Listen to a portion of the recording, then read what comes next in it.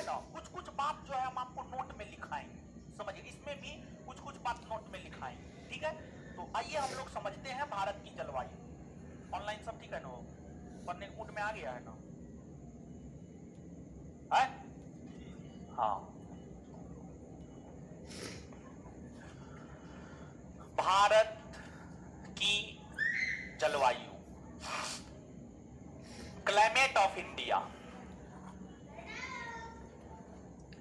Climate of India, climate of India.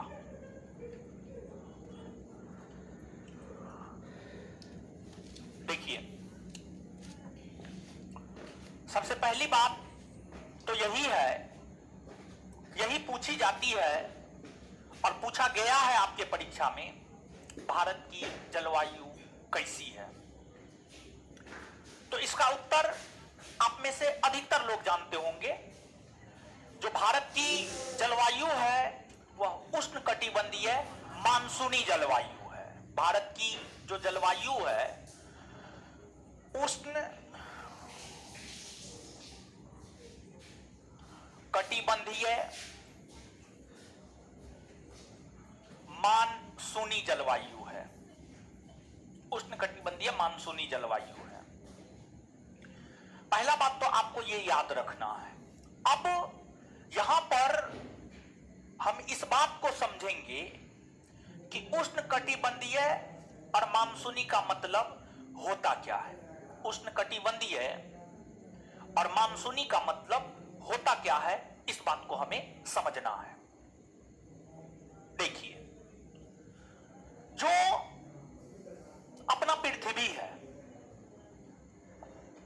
पृथ्वी को कुल 3 ताप कटिबंध में बांटा गया है। जो पृथ्वी है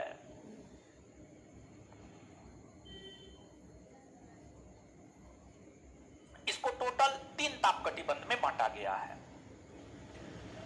उष्ण कटिबंध, समशीतोष्ण कटिबंध और शीत कटिबंध।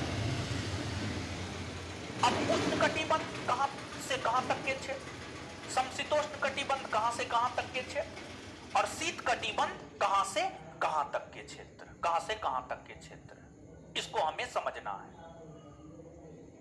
देखिए, आप सभी लोग जानते हैं कि जो पृथ्वी है, पृथ्वी के केंद्र से होकर एक अक्षांश रेखा गुजरती है। पृथ्वी के केंद्र से होकर जो अक्षांश रेखा गुजरती है वह है 0 डिग्री अक्षांश रेखा, 0 डिग्री अक्षांश रेखा।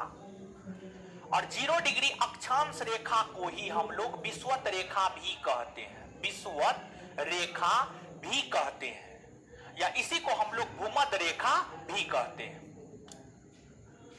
पहला चैप्टर जब हम आपको पढ़ा रहे थे वहां पर इस बात की चर्चा हम आपके साथ किए थे कि जो 0 डिग्री अक्षांश रेखा है, विषुवत रेखा है या भूमध्य रेखा है, यह पृथ्वी को लगभग 2 बराबर भाग में बांटती है। जब इस रेखा के ऊपर जाते हैं तो ये उत्तरी गोलार्ध होता है और जब इसके नीचे आते हैं तो ये दक्षिणी गोलार्ध होता है। तो ये दक्षिणी गोलार्ध है और ये आपको उत्तरी गोलार्ध है। उत्तरी गोलार्ध में 90 अक्षांश रेखा है और दक्षिणी गोलार्ध में भी 90 अक्षांश रेखा है, 90 अक्षांश रेखा है। तो 0 डिग्री अक्षांश रेखा के बाद 1 डिग्री उत्तरी अक्षांश रेखा, 2 degree, 3 degree, 4 degree, 10 degree, 20 degree, 90 degree तक। 0 डिग्री अक्षांश रेखा से लेकर 90 डिग्री तक उत्तरी अक्षांश रेखा है, 90 डिग्री तक उत्तरी अक्षांश रेखा है। उसी प्रकार से 0 डिग्री से लेकर दक्षिणी गोलार्ध में 90 डिग्री तक दक्षिणी अक्षांश रेखा है, 90 डिग्री तक दक्षिणी अक्षांश रेखा है। अब आपको 0 और 90 के बीच में एक आपको मिलेगा 23.5 डिग्री उत्तरी अक्षांश रेखा। जो 23.5 डिग्री उत्तरी अक्षांश रेखा है इसको हम लोग कर्क रेखा कहते हैं।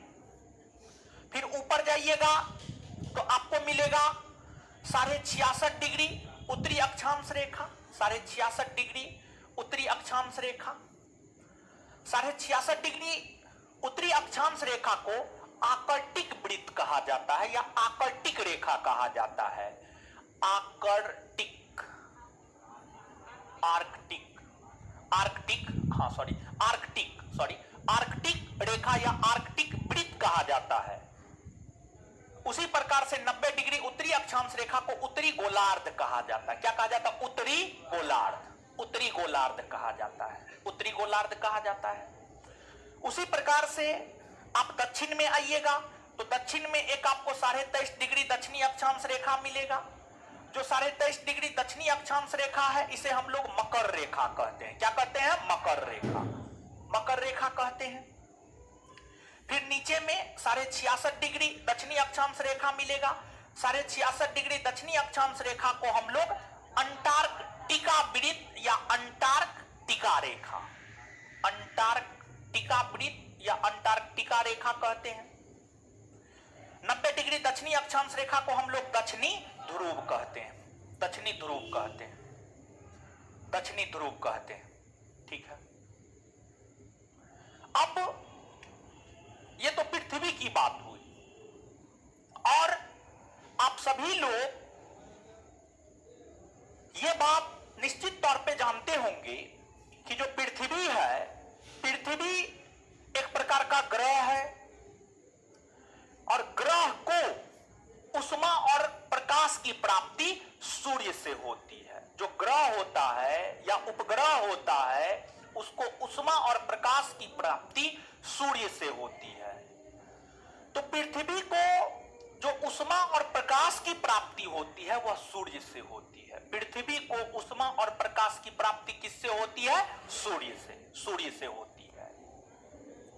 तो ये आपको सन है, सन है, सूर्य है और सूर्य से ही पृथ्वी को उष्मा और प्रकाश की प्राप्ति होती है। अब यहां पर इन बातों को रोकेंगे, उससे पहले एक चीज को समझेंगे। सुबह से लेकर जो शाम होता है इसको थोड़ा सा समझेंगे। पृथ्वी पर सूर्योदय पूरब में होता है और सूर्यास्त पश्चिम में होता है। सूर्योदय लगभग में सुबह में 5 से 6 के बीच में होता है और सूर्यास्त भी शाम में 5 से 6 के बीच में होता है। अब टाइम थोड़ा बहुत इधर उधर होते रहता है, इस चक्कर में नहीं पढ़ना है। तो आप थोड़ा सा याद कीजिए कि जब सूर्योदय पूरब में होता है तो सूर्य की किरणें पृथ्वी पर तिरछी पड़ती है, तिरछी पड़ती है। फिर सूर्य धीरे धीरे धीरे धीरे दोपहर के 12 बजे, दोपहर के 12 बजे, दोपहर के 12 बजे की स्थिति को याद कीजिए। सूर्य की किरणें पृथ्वी पर सीधी पड़ती है, पृथ्वी पर सीधी पड़ती है। फिर ढलने लगता है सूर्य। फिर शाम में 5 से 6 के बीच में सूर्यास्त होता है। सूर्यास्त के समय में भी आप देखेंगे पृथ्वी से जब आप सूर्य को देखेंगे तो तिरछा नजर आएगा, तिरछा। अगर आपको पृथ्वी से सूर्य को देखना है तो सुबह के समय में भी तिरछा नजर आएगा, शाम के समय में भी तिरछा नजर आएगा, सीधा नजर आएगा सिर्फ और सिर्फ आपको दोपहर के समय, दोपहर के समय। तो आप थोड़ा सा महसूस कीजिए, इस चीज को फील कीजिए कि जो गर्मी होता है सुबह में ज्यादा होता है, दोपहर में ज्यादा होता है या शाम में ज्यादा होता है? कब होता? गर्मी दोपहर में ज्यादा होता है नो, हाँ या ना? सुबह और शाम में मौसम सुहावना होता है। सुबह और शाम में गर्मी का एहसास आपको बहुत ज्यादा नहीं होगा। सबसे ज्यादा गर्मी का एहसास आपको दोपहर के समय में होगा, क्योंकि दोपहर के समय में सूर्य की किरणें पृथ्वी के ऊपर सीधी चमकती है, पृथ्वी के ऊपर सीधी चमकती है, सीधी चमकती है। मतलब ये जो घटना है ये हमको क्या सीख देता है? ये घटना हमको यही ना सीख देता है कि सूर्य की किरणें जहां पर सीधी चमकती है वहां पर गर्मी अधिक, गर्मी अधिक या गर्मी ज्यादा। जहां पर तिरछी चमकती है वहां पर गर्मी कम, वहां पर गर्मी कम। ये बात समझ में आ रहा है, हाँ या ना? हाँ, ये बात अगर आपको समझ में आ रहा है अब जो सूर्य है, सूर्य की किरणें 23.5 डिग्री उत्तरी अक्षांश रेखा से लेकर 23.5 डिग्री दक्षिणी अक्षांश रेखा तक, मतलब इस पूरे एरिया में सूर्य की किरणें सीधी चमकती है, सूर्य की किरणें सीधी चमकती है। अब जब इस एरिया में सूर्य की किरणें सीधी चमकती है तो इस एरिया में गर्मी अधिक होगा या नहीं होगा? हाँ या ना? गर्मी अधिक होगा, मतलब उष्ण क्षेत्र है ये, गर्म क्षेत्र है ये, उष्ण क्षेत्र है ये। 23.5 डिग्री उत्तरी अक्षांश रेखा से लेकर 23.5 डिग्री दक्षिणी अक्षांश रेखा उष्ण क्षेत्र है, गर्म क्षेत्र है। समझ गए? उष्ण क्षेत्र है यानी गर्म क्षेत्र है, जिस कारण इसे उष्ण कटिबंधीय क्षेत्र कहा जाता है। उष्ण कटिबंधीय क्षेत्र कहा जाता है, उष्ण कटिबंधीय क्षेत्र कहा जाता है। ठीक है। अब इसके बाद आप भारत की अवस्थिति का अवलोकन कीजिए। भारत की अवस्थिति का अवलोकन कीजिए कि भारत उत्तरी गोलार्ध में कहां से कहां तक फैला हुआ है। अगर आप याद करेंगे तो भारत उत्तरी गोलार्ध में 8 डिग्री 4 मिनट उत्तरी अक्षांश रेखा से 37 डिग्री 6 मिनट उत्तरी अक्षांश रेखा, 37 डिग्री 6 मिनट उत्तरी। भारत का यह अक्षांश विस्तार है ना, भारत इसमें फैला हुआ है ना। तो एक बात बताइएगा, चलिए यहां पे फिर रोकते हैं, फिर आगे बढ़ते हैं थोड़ा सा। अब इसके बाद जो 23.5 डिग्री उत्तरी अक्षांश रेखा से लेकर 66.5 डिग्री उत्तरी अक्षांश रेखा है और 23.5 डिग्री दक्षिणी अक्षांश रेखा से लेकर 66.5 डिग्री दक्षिणी अक्षांश रेखा है। ये जो क्षेत्र है, यहां पर सूर्य की किरणें तिरछी पड़ती है, समझिए तिरछी पड़ती है। फिर 66.5 से 90 डिग्री उत्तर और 66.5 से 90 डिग्री दक्षिण, यहां पर सूर्य की किरणें थोड़ी बहुत पहुंचती है और काफी अधिक तिरछी पड़ती है, काफी अधिक तिरछी पड़ती है और थोड़ी बहुत पहुंचती है। तो आप स्वयं सोचिए कि ये जो एरिया होगा, समझिए 66.5 से 90 डिग्री, यहां पर सूर्य की किरणें पहुंचती ही नहीं है, सूर्य की किरणें पहुंचती ही नहीं है, या फिर पहुंचती भी है तो बहुत कम मात्रा में तिरछी पहुंचती है। तो क्या यहां पर कभी गर्मी का एहसास होगा? नहीं। तो ये जो क्षेत्र है ये ठंडा क्षेत्र है, जिस वजह से इसे शीत कटिबंध कहा जाता है। क्या कहा जाता है? शीत कटिबंध, शीत कटिबंध कहा जाता है। और दोनों गोलार्ध में 66.5 से 90, दोनों गोलार्ध में 66.5 से 90 के क्षेत्र को शीत कटिबंध कहा जाता है। फिर दोनों गोलार्ध में 23.5 से 66.5 इस क्षेत्र को शीतोष्ण या समशीतोष्ण, शीतोष्ण या समशीतोष्ण क्षेत्र कहा जाता है। शीतोष्ण या समशीतोष्ण क्षेत्र कहा जाता है। देखिए शीतोष्ण, शीत प्लस उष्ण दोनों से मिलकर बना है, शीत प्लस उष्ण, मतलब यहां पर ठंडा भी है गर्मी भी है। समशीतोष्ण, सम का मतलब बराबर, शीत का मतलब ठंडा, उष्ण का मतलब गर्म, यानी बराबर मात्रा में ठंडा और गर्मी होता है, बराबर मात्रा में ठंडा और गर्मी होता है। तो अब आप एक चीज देखिएगा कि एक उष्ण कटिबंध हो गया, दूसरा शीतोष्ण या समशीतोष्ण कटिबंध हो गया और तीसरा आपको शीत कटिबंध हो गया, तीसरा आपको शीत कटिबंध हो गया। जैसे उत्तरी गोलार्ध में 23.5 से 66.5 डिग्री शीतोष्ण कटिबंध है, उसी प्रकार से दक्षिणी गोलार्ध में भी 23.5 से 66.5 डिग्री क्या है? शीतोष्ण कटिबंध। एक बात यहां पर समझिएगा, आप मानव है, आप ज्यादा गर्मी को बर्दाश्त करेंगे? नहीं।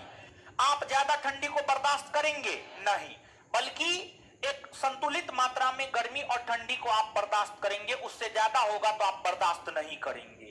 तो जो मानव है, मानव के लिए उष्ण कटिबंध बेहतर है, शीत कटिबंध बेहतर है या समशीतोष्ण कटिबंध बेहतर है?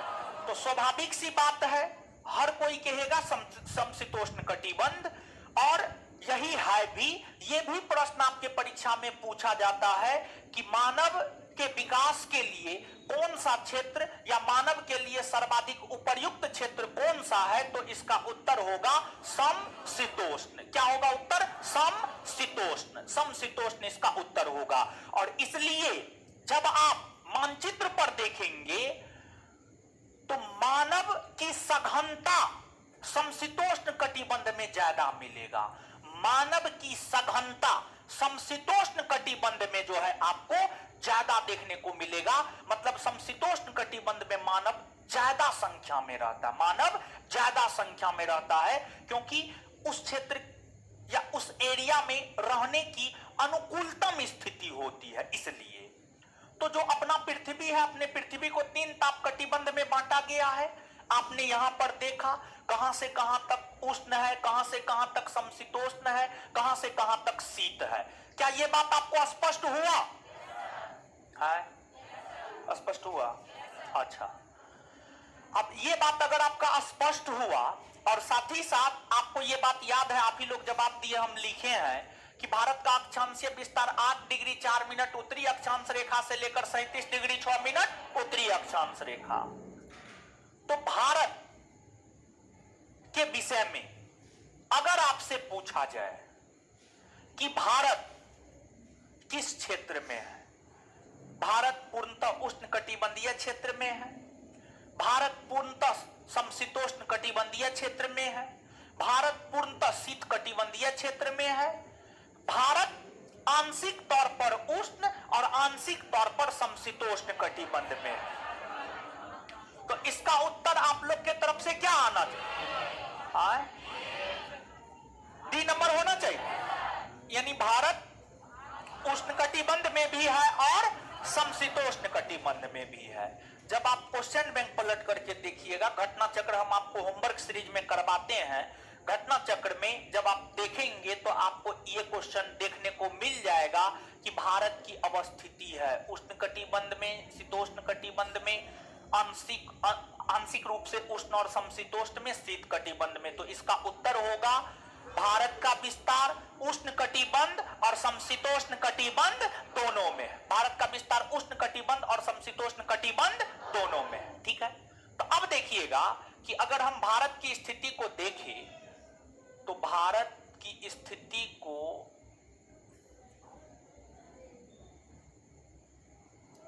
ऐसे करके हम लिख सकते हैं, हाँ या ना? हाँ, ठीक है। अब आप सभी लोग जानते हैं कि भारत से होकर कर्क रेखा गुजरती है कि नहीं गुजरती? हाँ, कितने राज्य से होकर?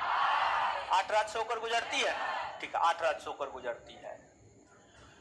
कर्क रेखा के नीचे आइएगा, ध्यान दीजिएगा, और कर्क रेखा के उत्तर में कौन राज्य है, दक्षिण में कौन राज्य है, ये सब बात बताएं कि नहीं बताएं? एकदम बताए हुए, हर बात हम आपको बताए हुए हैं। तो एक बात बताइएगा, कर्क रेखा गुजरात, राजस्थान, मध्य प्रदेश, छत्तीसगढ़, झारखंड, पश्चिम बंगाल, त्रिपुरा, मिजोरम। कर्क रेखा के नीचे आइएगा तो दक्षिणी भारत, ऊपर जाइएगा उत्तरी। उत्तर भारत का जनसंख्या ज्यादा है कि दक्षिण भारत का जनसंख्या? उत्तर भारत। जैसे कि आप देख लीजिए ना, समझ गए? उत्तर प्रदेश को देख लीजिए, अकेले कई राज्य को निपटा देता है। उत्तर प्रदेश को देख लीजिए, बिहार को देख लीजिए, दिल्ली के क्षेत्र को देख लीजिए। ये बात समझ में आ रहा है? चलिए, तो भारत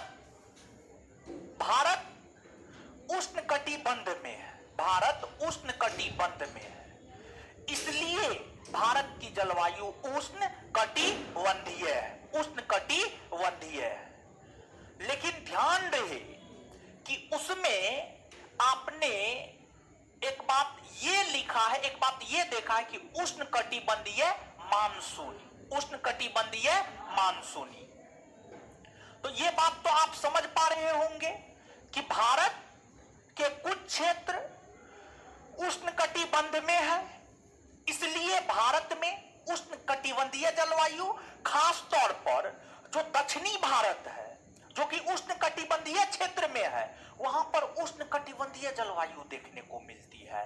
और फिर जो उत्तरी भारत है, उत्तरी भारत में मानसूनी जलवायु देखने को मिलती है। उत्तरी भारत में मानसूनी जलवायु देखने को मिलती है। भारत का मतलब तो पूरा उत्तर भारत दक्षिण भारत दोनों, तो दोनों को सम्मिलित रूप से हम लोग कह देते हैं उष्णकटिबंधीय मानसूनी जलवायु। तो भारत उष्णकटिबंध में है, इसलिए भारत की जलवायु उष्णकटिबंधीय है। अब दूसरा शब्द है यहां पर मानसूनी, मानसूनी। तो अब इसको आप थोड़ा सा समझिएगा। देखिए, जो मानसून शब्द है, मानसून अरबी भाषा का शब्द है। मानसून अरबी भाषा का शब्द है, अरबी भाषा का शब्द है। और अरबी भाषा के मौसिम नामक शब्द से, अरबी भाषा के मौसिम नामक शब्द से मानसून की उत्पत्ति हुई है। और मौसिम का अर्थ होता है ऋतु। मौसिम का अर्थ क्या होता है? ऋतु। मौसिम का अर्थ ऋतु होता है, ऋतु होता है। अब यहां पर थोड़ा सा और हम आगे जाएंगे, लेकिन उससे पहले एक बात को समझाते हैं, ठीक है? दक्षिण भारत कोई लोग गए हैं, मतलब दक्षिण भारत में जैसे केरल, तमिलनाडु, केरल, तमिलनाडु, गोवा, आंध्र प्रदेश, ये सब राज्य गए हैं आप लोग? हो सकता है गए होंगे, हम तो नहीं गए, ठीक है? हो सकता है आप लोग गए होंगे। तो देखिए, इन राज्यों में जानते हैं, गर्मी हो या ठंडा का मौसम लगभग एक जैसा मिलेगा, समझ गए? और यहां पर इन राज्यों में ना बहुत ज्यादा गर्मी मिलेगा, ना बहुत ज्यादा ठंडा मिलेगा। और इन राज्यों में आपको सालों भर लगभग एक चादर ओढ़ के सोना होता है, समझ, लगभग सालों भर। इसके पीछे बहुत सारे कारण है। समुद्र देर से ठंडा होता है, देर से गर्म होता है, स्थल तुरंत ठंडा होता है, तुरंत गर्म होता है। आगे ये सब बात समझाएंगे, टेंशन नहीं लेना है, समझ गए?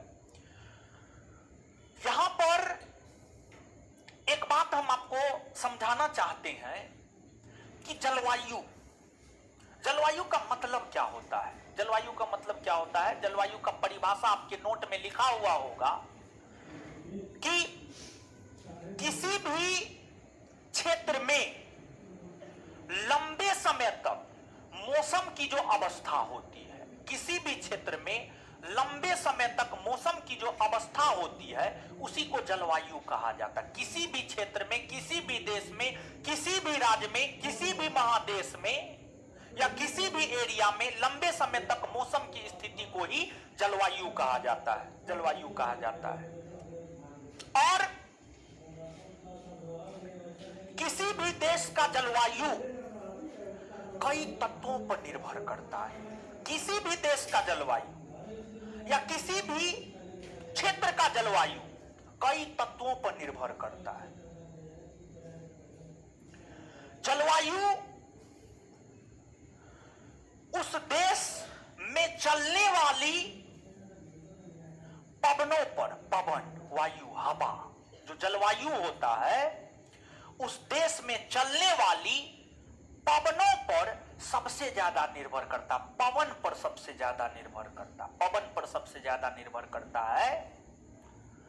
तो जो मानसून है, मानसून एक प्रकार का पवन है।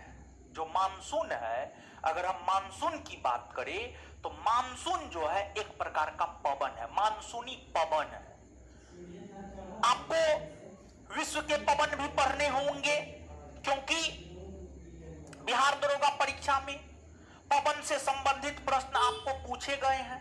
तो वहां पर पछुआ पवन, मानसूनी पवन, फिर जो है स्थल समीर, जल समीर, पर्वत समीर, घाटी समीर, स्थानीय पवन, गर्म ठंडा,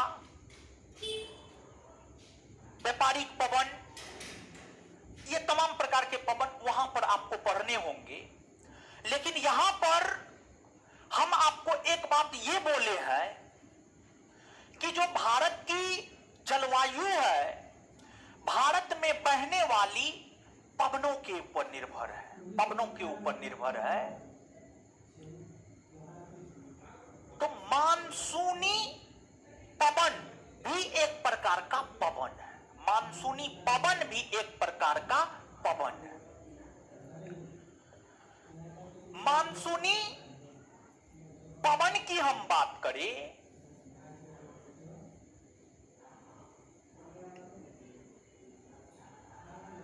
मानसूनी पवन की अगर हम बात करें तो जो मानसूनी पवन है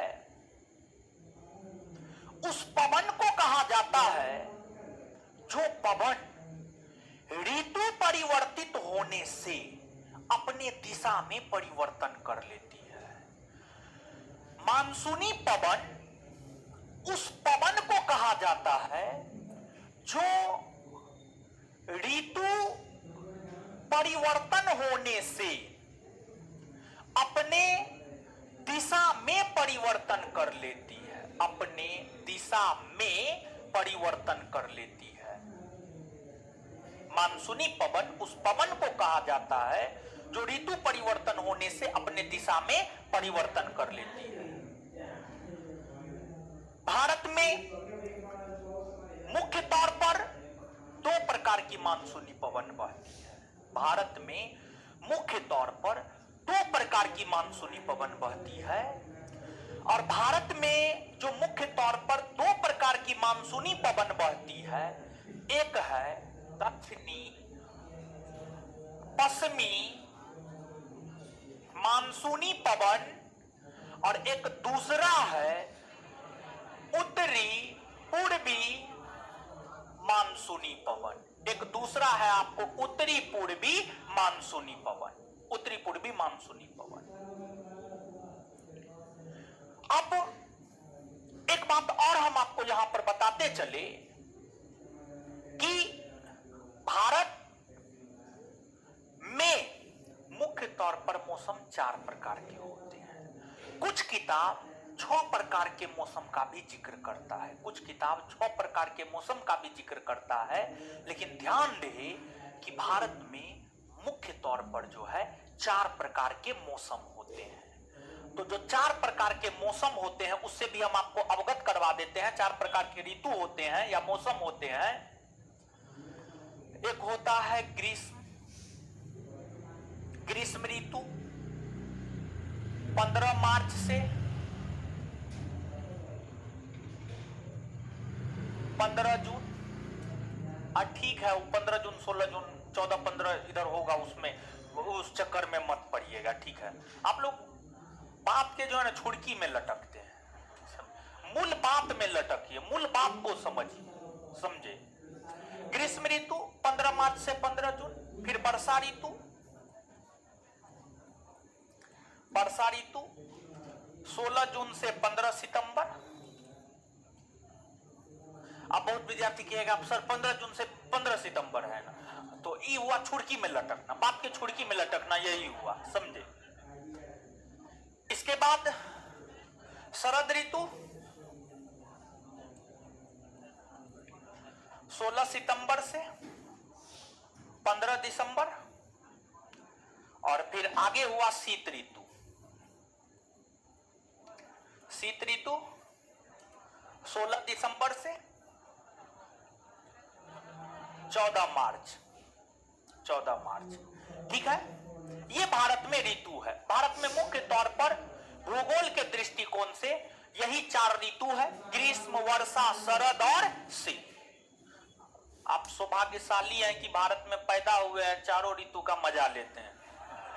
बहुत सारे लोग को ब्रिटेन में लोग गर्मी का मजा लेता है, कभी नहीं। ब्रिटेन के लोग जो है सिर्फ ठंडा, समझ गए। चलिए अब आगे आइएगा।